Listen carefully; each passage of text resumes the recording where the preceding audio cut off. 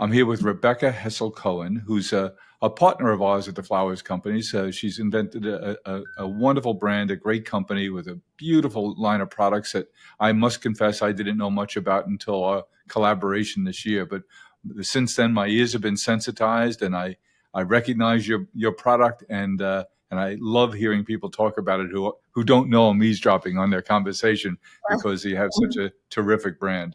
How are you today, Rebecca? I'm great, thank you. So, Rebecca, you're a native New Yorker? Yes, native New Yorker. I grew up New York City, Manhattan on the Upper East Side. So, and now we're in the West Village, but I've lived here. My husband and I, both of us, totally native New York couple, which is rare to find these days. And tell me, the West Village is a great place to live. And how long have you been there? So we've been in the West Village, I would say about 10 years. We were a little bit all over the place during COVID, a little bit out in Sagaponack, Palm Beach, and then the Upper East Side when our house was being renovated. But before that, we were here, and then we moved into our house after 5 years of renovations 2 years ago. 5 years of renovation. Wow. So tell me about LoveShackFancy. How did this idea come to you? How did it all get started? So so my background is actually in magazines. So I worked, this is I guess my second career in this lifetime. So I worked in magazines. Started off as an associate fashion editor at Cosmopolitan and then became senior fashion and beauty editor there. So I was there for about 8 years where I styled photo shoots. I did fashion, beauty, celebrity. And then when I got engaged, I was looking for bridesmaids dresses and I couldn't find anything that I loved that really fit, into the world and to the vision that I had for the wedding, which had everything to do from the flowers to the decor to the music to the dresses, of course. So then I decided to create my own bridesmaids dresses, which I worked with a seamstress in the garment district in New York City. And I made this beautiful, very ethereal, feminine, but still sexy, these bridesmaids dresses, all these different silk colors. And then I made this one halter dress, and then I started doing trunk shows out in the Hamptons with that one dress, and they started selling out. I don't know, I would make 50 and then they would sell out, and then I would still, so I was doing this as a little passion project for the first 2 years until I officially launched it as a business. Did you do this on the side while you were at Condé Nast? Yeah, so I did this on the side when I was still at Cosmopolitan, and it's part of Hearst magazines. I love my job. Yeah, I loved traveling. I loved creating. I loved storytelling. I loved the whole world of it. And it was really before brands were a thing. The only brands were Theory and these big, much larger Diane von Furstenberg Theory, much larger, department store brands. And so so I had this idea to create this one beautiful dress and then to create 8 styles that were sort of timeless and feminine and never really went out of style. So I slowly started to develop a few different styles. That's exactly how I've heard it described around our shop here by so many of the gals who are fans of yours and of your brand. They describe it as traditional look, but very contemporary cuts. They said you've managed to find that in-between space so nicely. Yes, exactly. Thank you. I mean, it definitely is, a really special sweet spot that in the beginning, I definitely was carving out, and everyone was saying, oh, everything is really modern right now, that there isn't this dreamy sort of more ethereal world where it's romantic and it's this isn't really the time. So the time might come, but it isn't now. And so, I always said well, this was my vision and this is who I am and this is what I love. And even when you look back at these editorial stories that I used to do for Cosmopolitan, the essence is really the same as to what LoveShackFancy is right now. So you can see that it really is a part of, my DNA and just a part. Yeah, it's just who I am from the core. My wife and I and a couple other family members were at a restaurant right on the beach this summer. And it's when our partnership was just beginning, so I was keenly aware of you and your brand. And a couple of couples at the table next to us looked over at a family, and there was 2 kids and 2 parents, and they said, "Well, that looks like the ad in the in a fashion magazine for LoveShackFancy, and I listening over, and my wife explained to me why it's a certain kind of print, and Exactly, like vintage, right, vintage inspired. I mean, I've always collected, vintage pieces. So from my mom who has collected Victorian and Edwardian dresses and beautiful floral prints for as long as I can remember.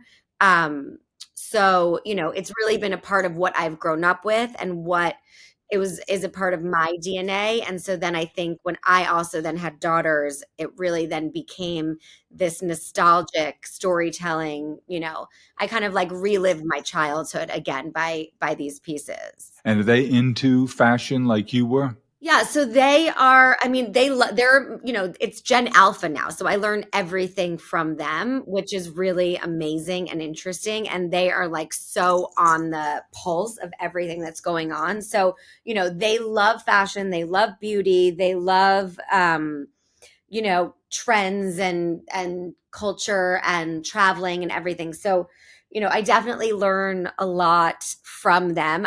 I pick their brains about what prints they liked, and I think Love Shack Fancy really definitely speaks to so many different generations of, like, we say, like, babies to 80s, so little girls all the way up. So it's very much something that a little, 2-year-old, 3-year-old can share with her friends, her mom, her grandma.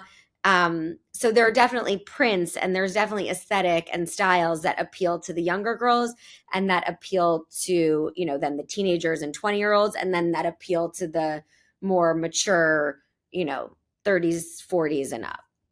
You mentioned your mom. Was your mom a big influence on you? Yeah, so my mom, very huge influence. We've been so close my whole life. She was her background. She actually was a creative director at 17 magazine. Oh, And I spent all my free time, or just all the time that I could. I had, like, all the editors and assistants were basically my babysitters. So I spent a lot of time in the fashion closet and the beauty closet. And, it's funny because then I ended up going on to intern for a lot of these past assistants of my mom. So it really was very much, you know, something that I grew up with. And I would help my mom, choose photos when, that was before phones, of course, and computers. So she was editing, choosing her selects when she came home in bed, circling our favorite photos. Everything was very much about, like, this visual storytelling. And I really remember also, like, on the weekends going to the Ralph Lauren mansion and just walking in there. It was her favorite store always. And I would just, like, jump on the beds and go into one room and really be immersed into the worlds that Ralph Lauren would create. So I think that, and then Laura Ashley at the same time too. So the mix of all of these brands and being exposed to it at such an early age, definitely. but I remember when Ralph Lauren first built that store. Actually, the store that was in that space before him was a florist called Oh, Needleland really? Florist. Yeah, Oh, wow. uh, I didn't know and that. it was a terrific shop, terrific capability. It really served a very traditional clientele. But that idea to do what he did, everyone thought, "What are you going to do? You're going to build a mansion? It's going to have," and it's just changed retailing, Yeah. and it's reflected in your shops. They have such a very distinct but very warm feel to them. Yes, thank you. Yeah, I mean, it's really important. When we first started, so we started in wholesale, so we started selling to boutiques and department stores, and then 5 years later started opening our own stores. So for me, it was always frustrating to see, it wasn't really the full story that was told when you would walk into a Saks or a department store and see a few dresses hanging on a rack and, on not the nicest hangers and not the most beautiful. You couldn't control the environment they were displayed in. Yeah. Huh. Yeah. So I was always a dream to really create my own store and to have, I mean, I only thought we were going to have one, which was the first store we had was in Sag Harbor. So that was really, and I, bought all these different, I still source, like, almost all the furniture that goes into the stores. So everything is one of a kind. And each store is unique and inspired by the place that it is. So, we have some more coastal stores, some more urban city stores, some more country stores. But really, it's very much a world that you're walking into and that you're immersed in. And how many stores in total do you have? Now we have 17. Wow. Wow. And I know my wife and daughter and two granddaughters. I remember in September heading out on a trip further out east on Long Island. They were looking forward to visiting your store in Sag Harbor. I remember hearing that. Oh, that's so nice. Yeah, it's definitely, a place that, and I remember even when we first opened our first store, everyone said, don't open your store. Retail is dead. No one's shopping. And, it was definitely a pivotal time. And that was what, 6 years ago at this point. So, and I remember it was so exciting to see that there was like hordes of all of these young girls that, I didn't even know how they knew about the brand, but they were waiting online and they were coming in and trying on clothes. It was like one big girls' party, and then the mom was coming and the grandma and the aunt. So it was really just like it felt like a really nice experience and, togetherness that these Yeah, girls you use that term "babies to 80s," and that's what reminded me of that weekend that they were heading out to your shop, is because it was my wife, my daughter, and two granddaughters. So you're very much achieving that, had. and they're all fans. So. I love that. Yeah, that's so nice. Rebecca, how did the Love Shack Fancy name come about? It's so funny. Everyone always asks me that. So my mom created the name and she created it. So when she left magazines, she was thinking to do a vintage clothing company and then also to have she always has collected vintage furniture and vintage clothing, and she would hand dye all of these like vintage slip dresses at her house in Bridgehampton. And so she had this idea because she's always creating and doing, and she's still hand dyeing now. So she wanted, and then she would go to friends' houses out there and she would have all of this fabric, interior fabric. And if they would rent an ugly house, she would put fabric on the furniture. And so she had this one friend who she put a little sign that said called Love Shack. And so there was this little sign called Love Shack there. And when she was coming up with the name for her, she never did anything with it, but she was like, I like the name Love Shack. And there was a British magazine, Red, who was shooting, they were using the house as a location that day. And they were always saying, oh, I fancy this, I fancy that. We're like, oh, that name is so fabulous. And she's like, you know what? That is actually the perfect word that goes with the Love Shack, because things are, even if it's a beautiful silk gown, but it has a few raw edges or it's hand dyed. So it's a little wabi sabi and not perfectly perfect. It's a little, imperfection that exists within the perfection. And so it's like the shack to the fancy and having the juxtaposition. So she created this word Love Shack Fancy and then never really did anything with it. And then years later, when I was thinking of a name, I came back to it and I was like, it's just so Love Shack Fancy. And so now it really is. What's interesting is when I was creating the first pieces, I always thought of, the worlds of love, shack, and fancy. So fancy is really where everything began, which is at my wedding. So that's like, dresses or whether it's perfume or flower or really anything that you're doing or wearing or creating that goes into the world of fancy and events and things like that. Then there's the worlds of love, which is I think of like every day. It's like your favorite sweater that you're wearing or your favorite skirt or shoes, it's just the piece, it's like your best friend. And then there's shack, which are the pieces and the worlds of beach and travel and a little bit more bohemian. And so I'm always thinking of in terms of the worlds of love, shack, and fancy as well. And they all exist so beautifully together, but also in their own worlds too. So this has been an easy go for it. Everything's been a success right out of the gate. You've never had a sweat day, huh? Oh gosh, yeah, seriously. I mean, every day it's I'm just so tired. No, I mean, I feel like after, there's every few years where it's like another hump and then you get over that, and growing pains, of course. I mean, the beginning, the first few years, well, I had my first daughter right when I launched the business. So right away I was like, I'm done, I'm giving up. And then I like kept on going, and then learning how to do production, learning what margins were, I learned so much about the business through so many different, honestly, mistakes that I made along the way, just because I didn't have at that time, the right leaders or anyone guiding me. So it was like trial and error. And so it took a few years to get things on track. And even a few years later than that, I still, still figuring out production, still figuring out the margin game, still figuring out, oh, I can't do the buy based on everything I love. Like it's actually called merchandising and number, you know? So there's always so many hiccups. And, opening my first store was like a huge monumental change because I loved it, but then I had no idea what I got myself into. And then I had to get buyers, and then I had to, merchandisers. Well, the And store looks perfect today, but it doesn't look so perfect next week because you sold half the stuff. Oh, man, I should have had stuff on reserve.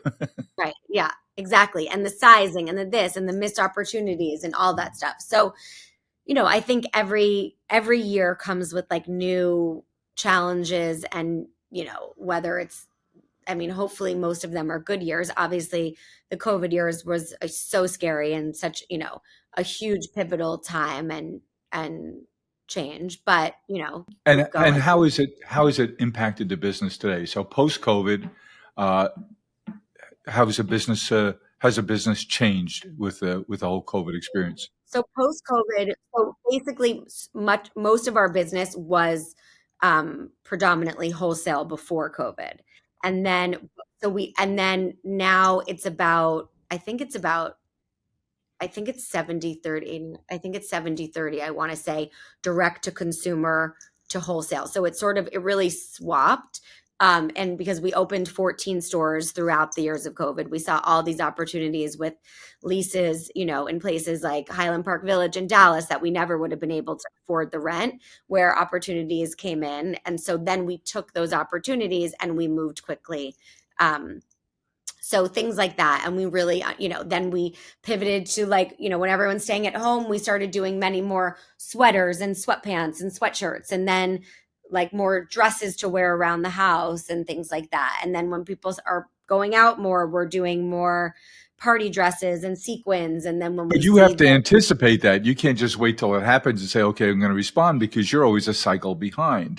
right, exactly. So it's really being so tuned into what's going on and what we're seeing, and also just having, really having like the strength and the confidence to just continue ahead and to really like believe in yourself.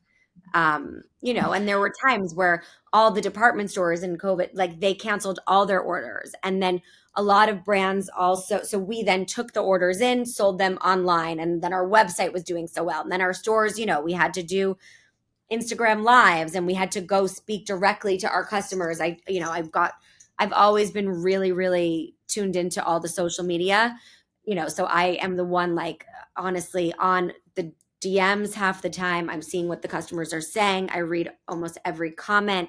I'm like in there. So it's really speaking to this customer base directly and seeing what they want. So to stay with your thumb on the pulse of the trends, besides speaking to your own daughters and getting whispers from mom, and social media, are there other things you look toward that tell you color trends, fashion trends, changes that are happening, like big social things like staying at home more, going out more? How do you try and stay tapped into? What are your inputs? I think everything from pop culture, from what's going on with like who's new and late, who's everyone's loving the Sabrina Carpenter movie, everyone's loving the coquette and the bows, even though it's still part of our brand DNA and we love that. And what we're responding to by, I think really just being traveling and being cultured. And I'm constantly in Paris all the time, 4 times a year for Fashion Week. So I'm seeing what's going on at the shows from like a high fashion point of view, but I'm also seeing what's going on from, from the worlds of vintage. I'm at like all the vintage shows. My team is now going to all of them in London, New York. We do the flea markets in Paris. So we're seeing, the trends and everything that's going on, from what's going down the runway to what's on the stage to, who's selling out at Madison Square Garden, to really everything, like what's going on with the pop-up stores, and we're working so closely with Sephora right now. So because we've launched 4 fragrances.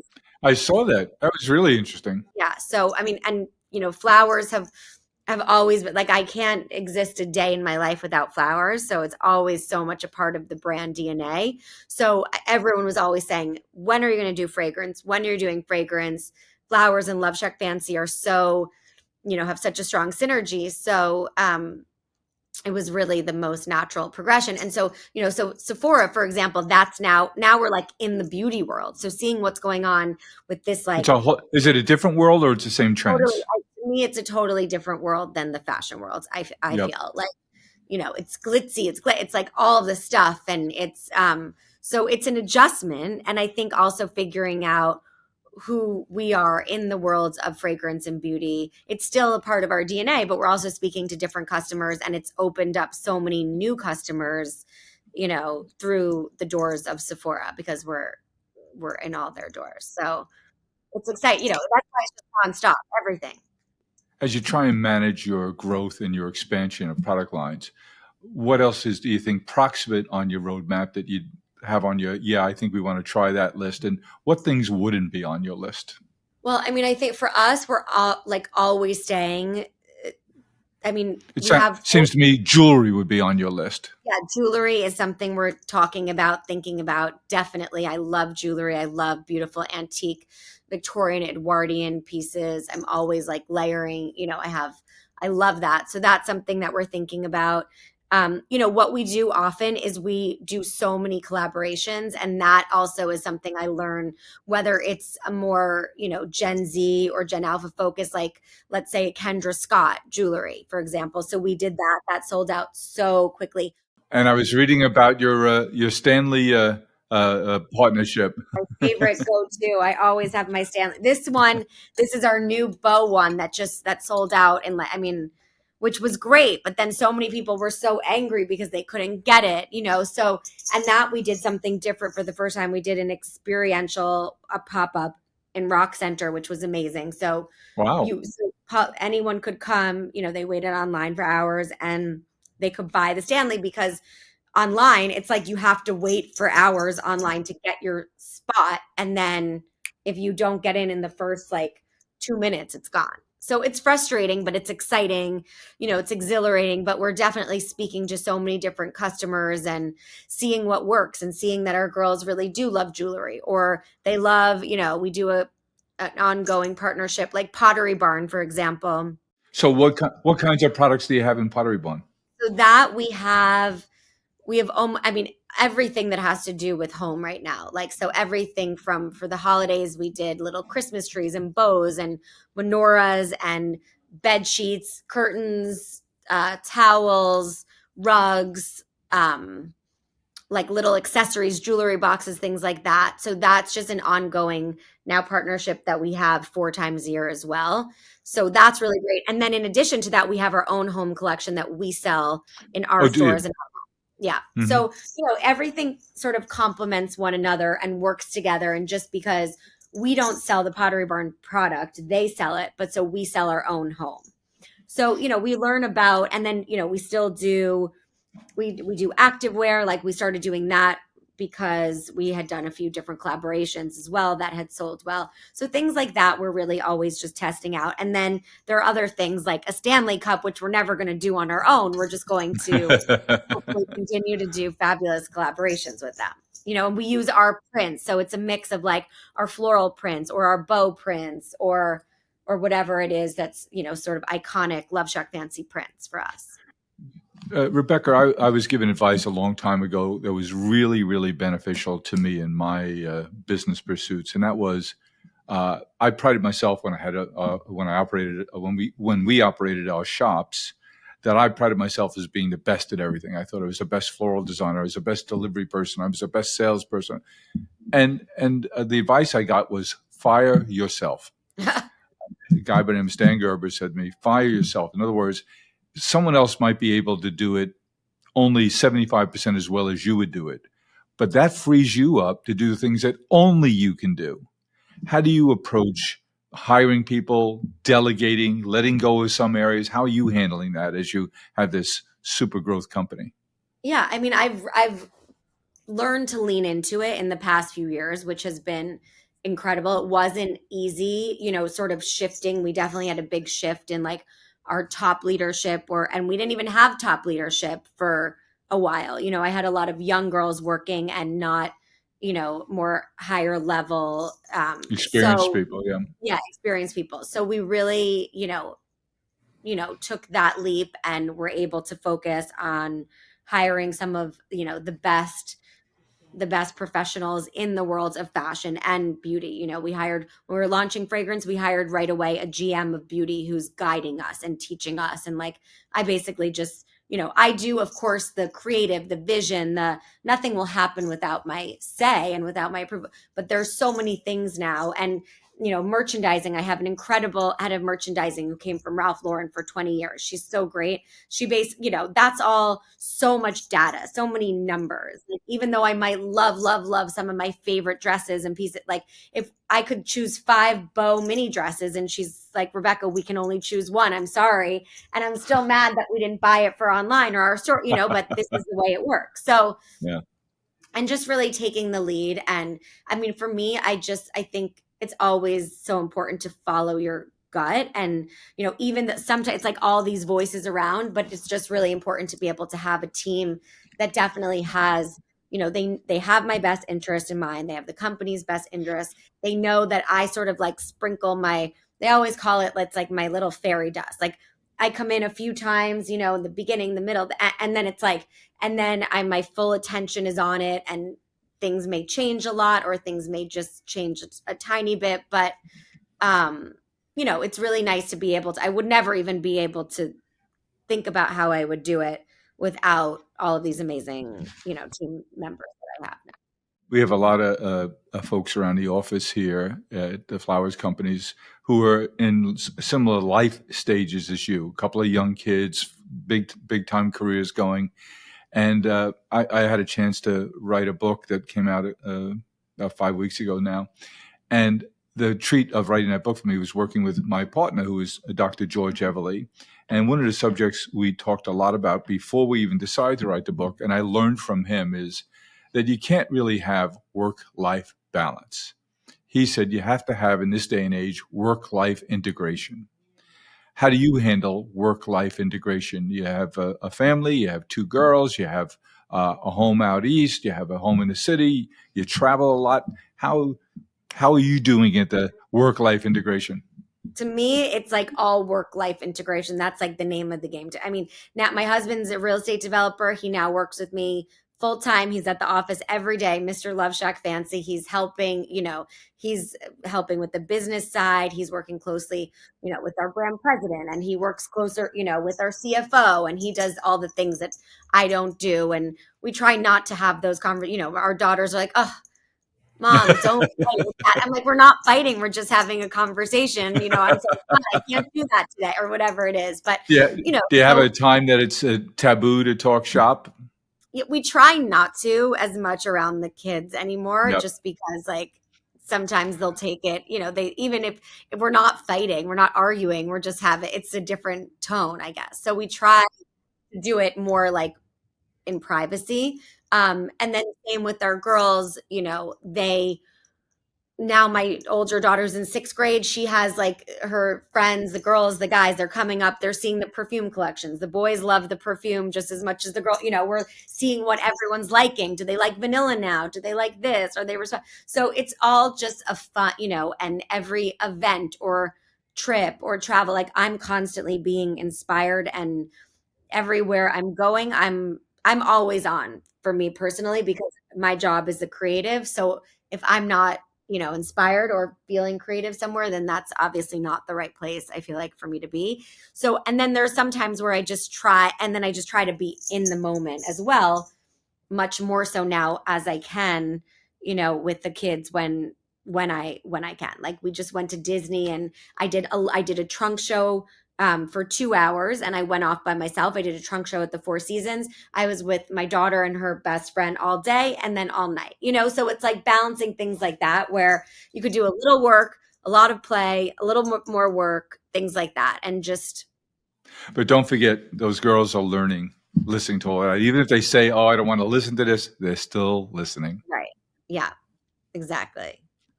So what's next on the roadmap for the company? I know we did a terrific promotion together, which sold out very, very quickly. And I know we'll be back in inventory soon with a new line of products. The team around here is very excited about it. We love the designs you guys did. It's just really, really nice stuff. And we just enjoy the fun of the relationship we have with you and your brand and your team. What's next on your product roadmap? You mentioned the Sephora relationship and how that's gotten into beauty. A lot of growth areas still there in beauty and fragrance. Yeah, so we're working on new fragrances. We launched body mists, which have been great. We're working on new fragrances as well. We, in terms of like like stores, we have a few stores that are lined up. Again, we took 1 year off where we just focused on, Digesting what you staff had, huh? and yeah, just dealing with what we had. And so now we're 2025, we're getting ready to open again. So we have Aspen that's opening in the spring and then a few other stores. Um, and then, more collaborations. We have a ski launch with Bogner that's coming up in a week. We just launched a Roller Rabbit holiday pajama yesterday, which also sold out in a few minutes. We have some other really exciting collaborations coming up. And, definitely more in the lifestyle beauty. Now that we are in the beauty worlds, we're also Sure. talking about beauty partnerships as well, which I think is going to be really exciting because we haven't had a beauty collaboration yet. So things like that. And just really, I mean, for me, I love like the world of, so I love to create spaces and experiences. So the more of these experiences and, that we can do, hopefully the better. So Well, we're so happy with our partnership with you, and you bring some fun into our lives as we work together and collaborate on things. I hope I hope we get to visit again and hear about more of your successes, both on the wholesale and on the retail side. I love that you're expanding your retail footprint. It's a way that your brand comes alive, and if you can do it where you're making a little bit of money at it, it's absolutely free marketing, and that's the best kind of marketing because people then get the full exposure of it. It's not just seeing a few items in a department store. It's seeing in setting. It seems in a full brand envelope. right. So Yes, exactly. congratulations on all your successes. We're thrilled to be partnering together, and we're looking to do a whole lot more. Yes, me too. Thank you so much. Thanks, Rebecca. Thanks for sharing your story with us.